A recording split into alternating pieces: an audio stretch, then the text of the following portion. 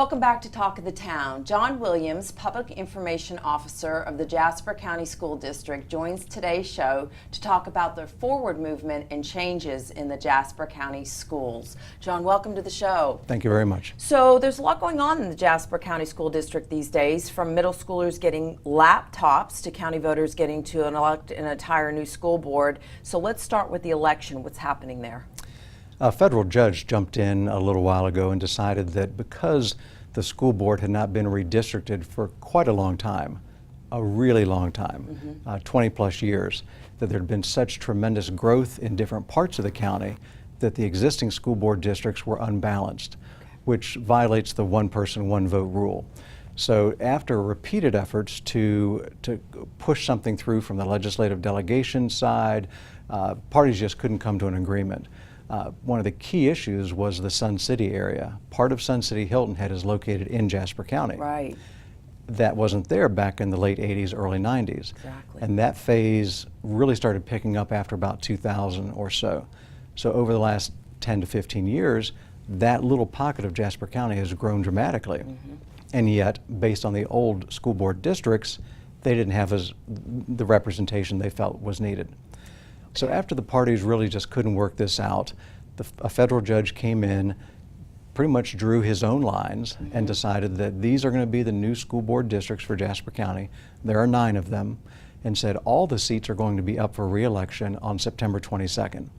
So rather than having a traditional staggered set where half the board comes on, half the board is up for re-election, this is one of those rare chances in September to have a new Board of Education seated. Right. Which provides great opportunities, but also great challenges. Yeah. Oh, yeah. I mean, it's both ends of the spectrum, exactly.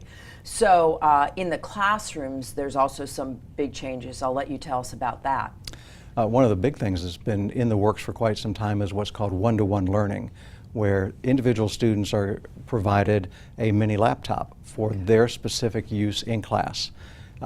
So they don't have to wait for the computer center to open up. They don't have to wait for it to go to the media center to have their time on the computer.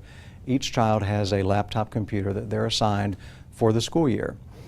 Other school districts have done this. One of the challenges that we had was we had to basically rewire the middle school's internet access to provide strong and consistent wireless signals, so the students and the teachers wouldn't be in the middle of a lesson and then have the whole system crash. Sure.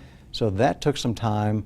We also wanted to make sure that the teachers had the proper training, because you do teach differently when each student has access to the world and the world's history on their computer. Yeah. The biggest shift really is that the teacher is no longer the font of all knowledge and wisdom. Right. They're not the focal point any longer. Exactly. The students, if they're smart, and these kids are, they know how to use Google search. Sure. They know how to access information.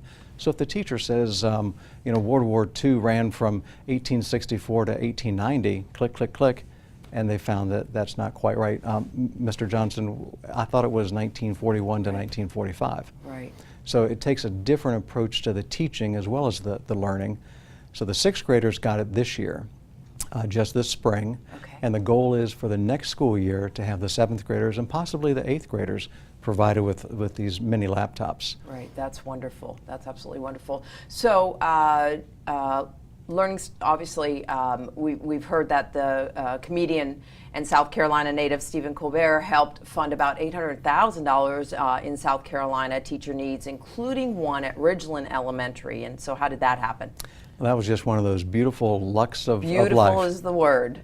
One of our teachers, Janice Woods, had a proposal up on an organization called DonorsChoose.org, and it's an online site where teachers in particular post needs that they have for their specific classroom that typically are above and beyond what is provided by the school or the school district. Right. In this case, Ms. Woods needed some additional learning centers, CD players with matching books to help her young students learn to read.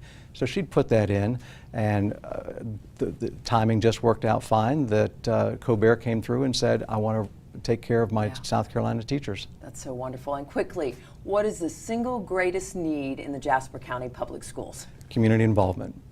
Community involvement, engagement, people coming in, volunteering, finding out what's really going on, not just listening to the media, not just watching me on TV. Being part. That's right. Thank you so much for joining us today. It's my pleasure. Thank you. and we'll be right back with Talk of the Town.